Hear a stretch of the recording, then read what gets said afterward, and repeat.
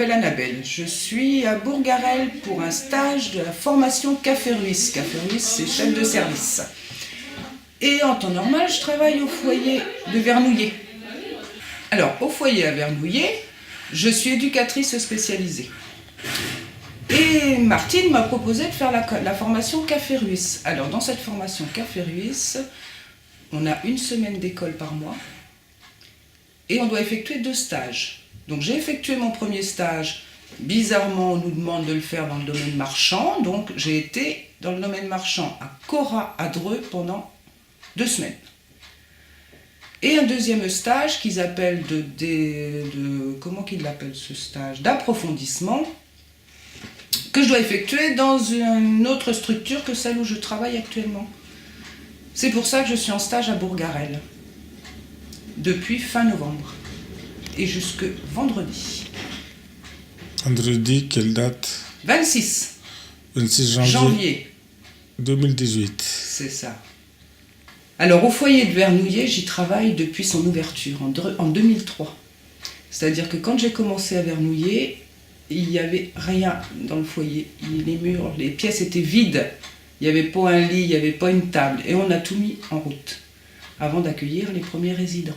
C'était qui la direction? Alors la direction à l'époque c'était Monsieur Guyon, qui a été au foyer pendant 4 ans je crois à peu près, 6 mois près. Et j'ai commencé en tant qu'aide médico-psychologique. Ah d'accord. Voilà, et à l'époque je me souviens très bien qu'on me disait mais tu resteras pas aide médico-psychologique toute ta vie. Et ben je répondais si peut-être, parce que c'est un métier qui me plaît.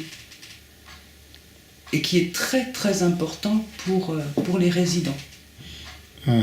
Parce que l'aide médico-psychologique, c'est elle qui est au plus près des résidents, c'est elle qui les lève le matin, qui les accompagne pour la toilette, qui les accompagne pour s'habiller, et qui met la personne en condition pour la journée finalement. Donc c'est un métier que je ne pratique plus, mais qui me plaît toujours autant. Et donc, le directeur qui a ouvert la structure est parti, et on en a vu un autre arriver qui est resté 1 année, et puis Martine est arrivée. En quelle année? Et donc, Martine, elle m'a proposé de faire une formation de monitrice éducatrice. Elle m'a donné un poste, et j'ai passé mon diplôme de monitrice éducatrice par le biais de la VAE. C'est-à-dire qu'en VAE, on n'a pas de formation théorique. On constitue un dossier où on raconte ce qu'on fait sur le terrain en fait. D'accord. J'ai donc obtenu le diplôme de monitrice éducatrice. Et comme Martine est toujours prête à pousser les gens à se former, elle m'a proposé une formation d'éducatrice spécialisée. Là, je suis retournée 18 mois à l'école. Alors à mon âge, c'était pas forcément évident. J'étais la mamée de la formation. On était 80 étudiants, j'étais la plus âgée, on va pas dire la plus vieille quand même. Donc j'étais la mamée de la formation. D'accord. Et j'ai obtenu mon diplôme d'éducatrice spécialisée. Mais comme ça suffisait encore pas, finalement, je fais cette formation Café Ruisse pour devenir chef de service. Bravo Annabelle. Voilà, mon parcours. Alors pourquoi j'ai choisi de travailler dans le domaine du polyhandicap? Parce qu'à Vernouillet, c'est des personnes en situation de polyhandicap. En fait, à la base, je ne l'ai pas choisi. J'ai trouvé un poste à l'origine, mais ça remonte à 2000, ça fait 17 ans. Et finalement, je m'y suis retrouvée. Et ce que j'apprécie dans mon travail, c'est vraiment la relation qu'on établit avec les résidents qui sont très très démunis. Et j'ai vraiment appris à leur contact à me contenter de petits moments tout à fait informels. On n'a pas des grands projets pour révolutionner leur vie, mais c'est une multitude de petits projets, ne serait-ce que pour décrocher un sourire, un regard, et ça m'apporte beaucoup à moi personnellement et dans mon travail en plus.